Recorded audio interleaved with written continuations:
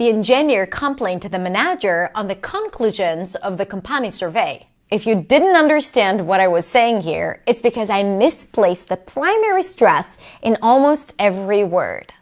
The engineer complained to the manager on the conclusions of the company survey. The primary stress is one of the most important elements when it comes to clear pronunciation, yet it is one of the things that causes the most headache for non-native speakers when communicating in English because it is inconsistent and elusive. This is why in this video, I'm going to help you understand everything related to primary stress. Because first, we're going to learn what is primary stress and how to identify the primary stress in new words in English. Then I'm going to share with you some patterns to help you predict how to use the primary stress in certain words that will ground you and help you feel more confident when speaking English. Then I'm going to share with you my 3-step system to help you learn and practice the primary stress. And finally, I'm going to quiz you to see how you are doing with your primary stress. So, what is the primary stress? The primary stress is the one syllable in the word that sticks out the most. It is longer, louder, and higher in pitch. A syllable is the smallest unit of a word that usually has one vowel in it and one or more consonants. For example, if we take the word example, here, if we break it down to the smallest units, example, we hear and feel that we have 3 syllables.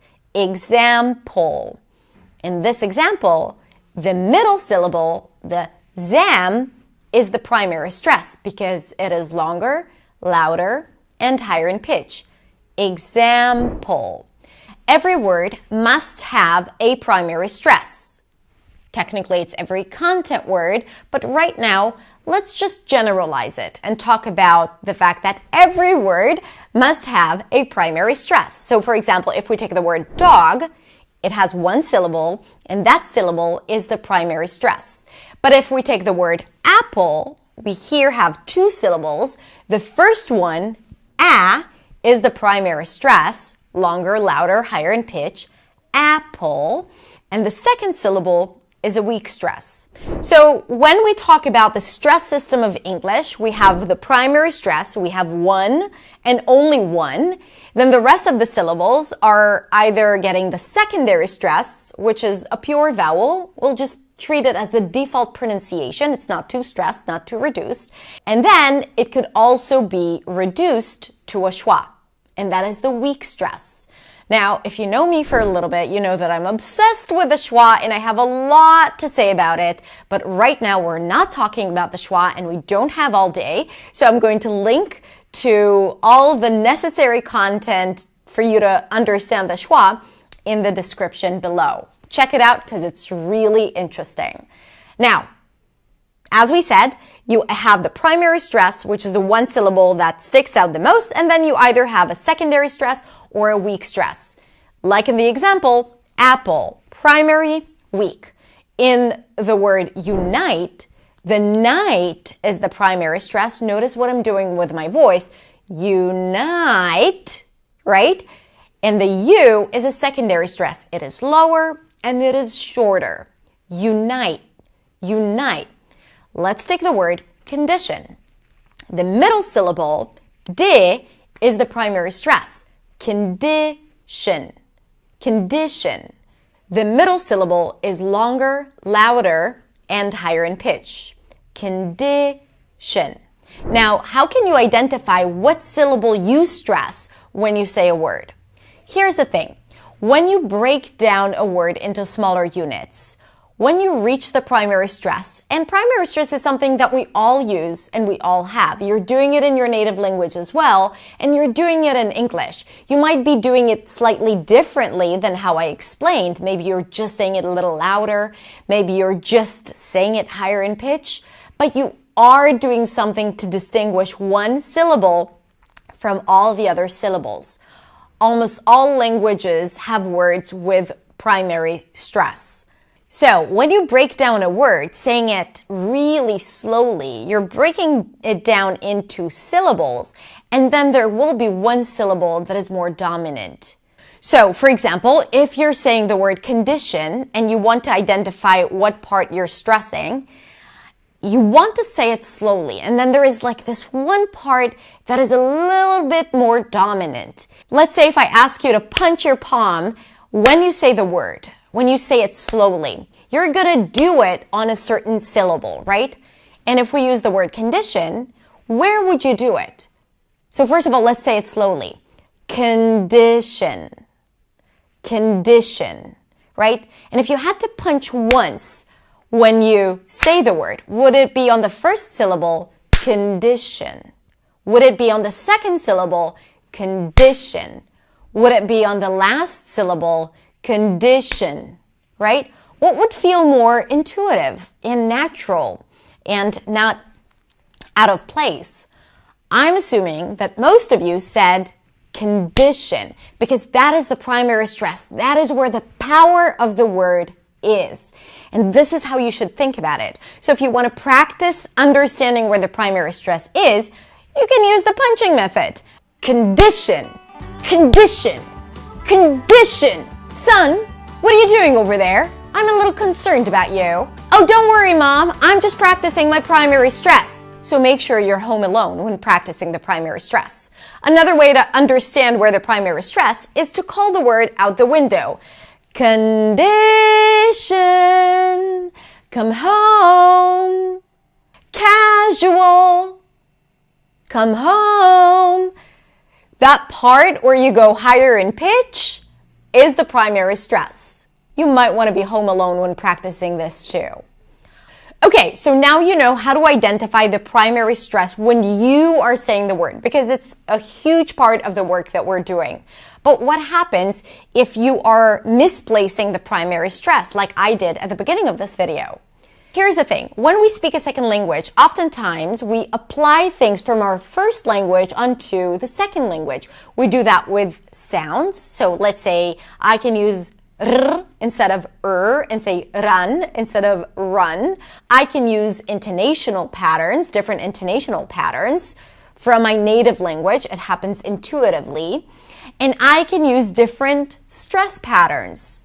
In many languages, the stress is easily predicted, meaning when you have a word, it's either always going to be at the end or always going to be on the one syllable before the end, or it might change according to the word in the sentence, but it's very, very consistent. So you might be applying that onto English, and in English, the stress is really inconsistent. Sometimes it's at the beginning, sometimes it's in the middle, sometimes it's at the end, sometimes it can be both in the beginning or the end, depending on the word, and sometimes the stress is just, going crazy and it's inconsistent altogether.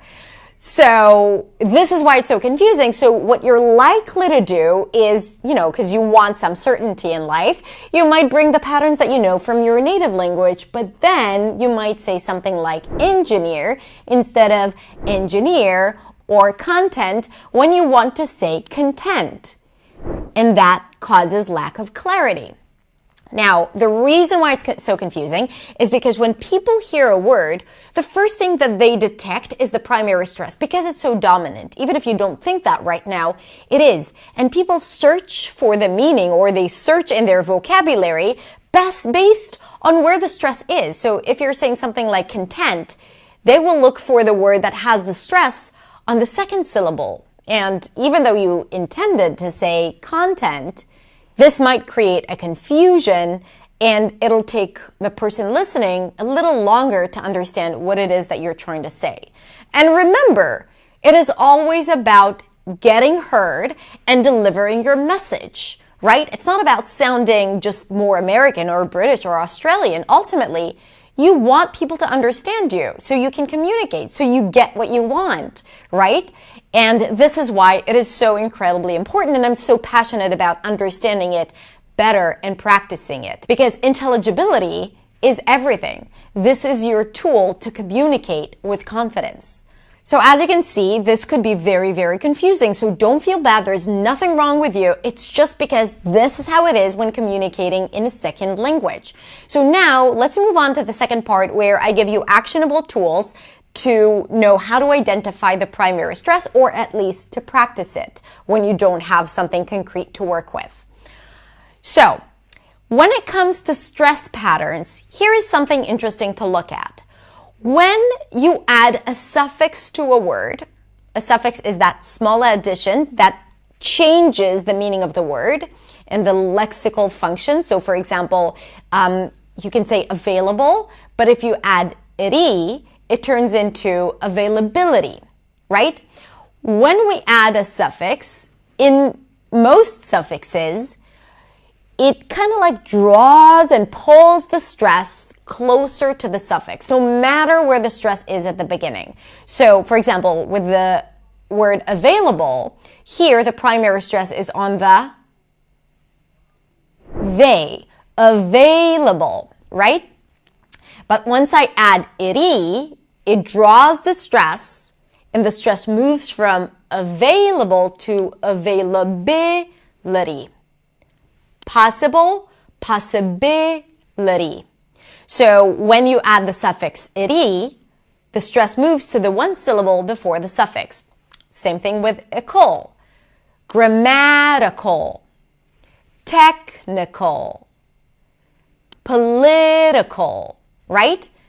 Politics, political. Now, I have an entire lesson about stress in words with suffixes, so I'm going to link to that in the description below so you can learn more about that. Now, it happens not in all suffixes, but with some of the most common suffixes in English, which gives you a lot of words to work with and to predict where the primary stress is. So make sure you check it out. The next pattern that I'm going to share with you is when there is a word with two syllables. If the word with two syllables is a verb, usually the stress is going to be on the second syllable. Complete, approve, create. If the word is a noun, the stress is likely to be on the first syllable. Apple, table, caption, right? Now, here's another example that will help you understand it even better. Sometimes there are words that are exactly the same and the only thing that changes is the stress. If it's a verb, the stress is going to be on the second syllable. Present. If it's a noun, the stress is going to be on the first syllable. Present. Convict, convict. Record, record. So understanding suffixes and understanding this pattern of verbs and nouns can help you quite a lot when trying to identify the primary stress. But what happens if a word does not have that particular suffix that moves the stress closer to it, or it's not a word with two syllables? Then you have to use my 3-step system for identifying, learning, and practicing the primary stress. So if you come across a word, let's take the word congratulate, and you're trying to identify the primary stress. First, I want you to guess what the primary stress is, and then pronounce it and record it. When you record yourself and you listen back to it, you hear things more clearly because you're not doing it while all these other things going on in your head, and you're more focused on identifying what it is that you're doing, checking your performance. So I recommend recording the word and then trying to identify what was the primary stress that you used. You can also use the punching method or calling it out the window. And then you want to mark that primary stress. Then you want to go to the dictionary. My favorite is either a simple Google search, how to pronounce and then put the word, or define and then write the word, or go to dictionary.com. Then you'll see the word written out. On Google, it'll be in bold, and on dictionary.com, you are likely to see the apostrophe to the left of the primary stressed syllable. So when you see that apostrophe above a certain letter, that means that what comes after is the primary stress. So that's how you know where the primary stress is for sure, and you want to compare it with what you detected. If it's okay, good for you. Pat yourself on the back. You're doing an amazing job. If it's not, you're still doing an amazing job, but maybe we need to put in a little more work into practicing the word with the right pronunciation. So let's say you took the word congratulate and you said that the late is the primary stress, and in the dictionary you saw that it's gra.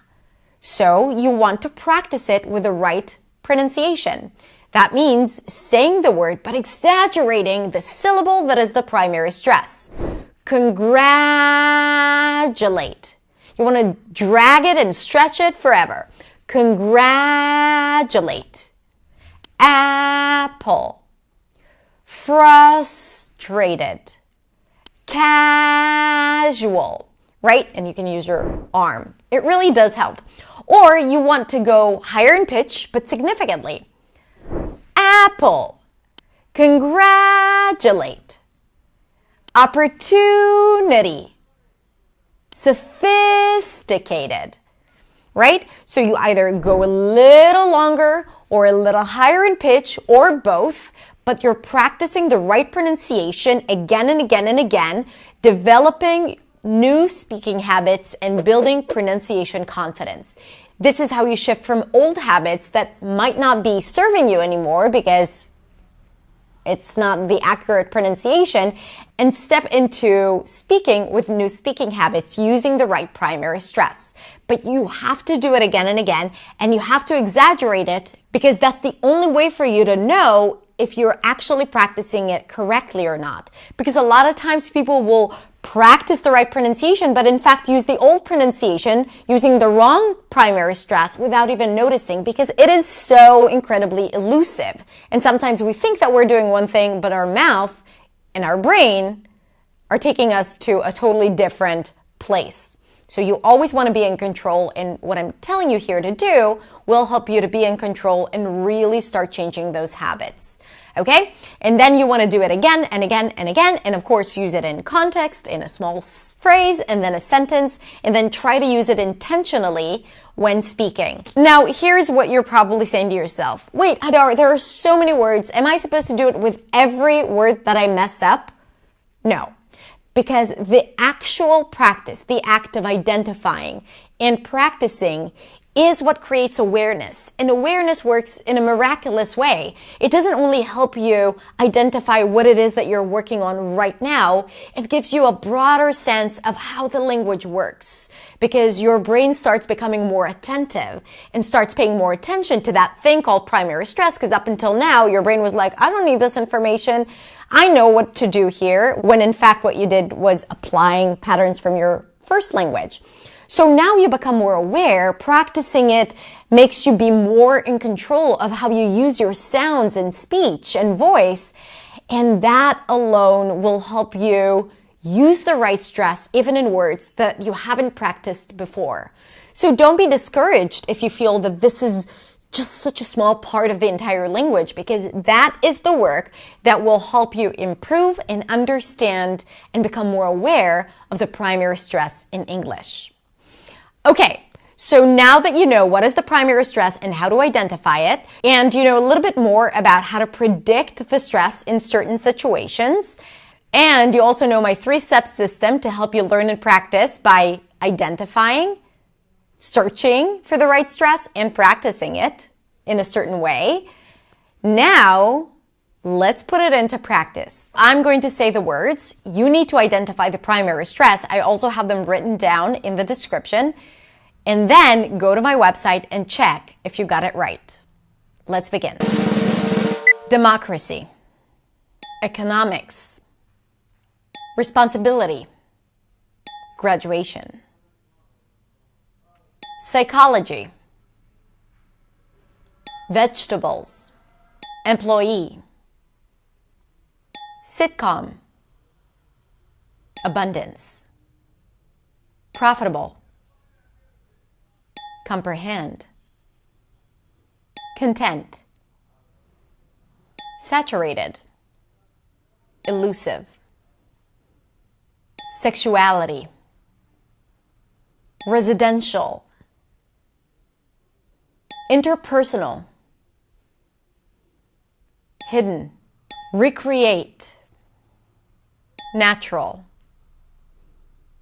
Okay, that's it. First of all, if you like this video, make sure to like and subscribe to my channel. I would really appreciate it and would love to have you here with us. And then let me know in the comments how many words you got right in the quiz. So share your wins or struggles with us. And if you have any other tips to share with the community on how to practice the primary stress, don't be shy, share them in the comments below. Thank you so much for watching, and remember, even if you don't get it right, do not worry, because mistakes is the only way to learn. Have a beautiful day, and I will see you next week in the next video. Bye.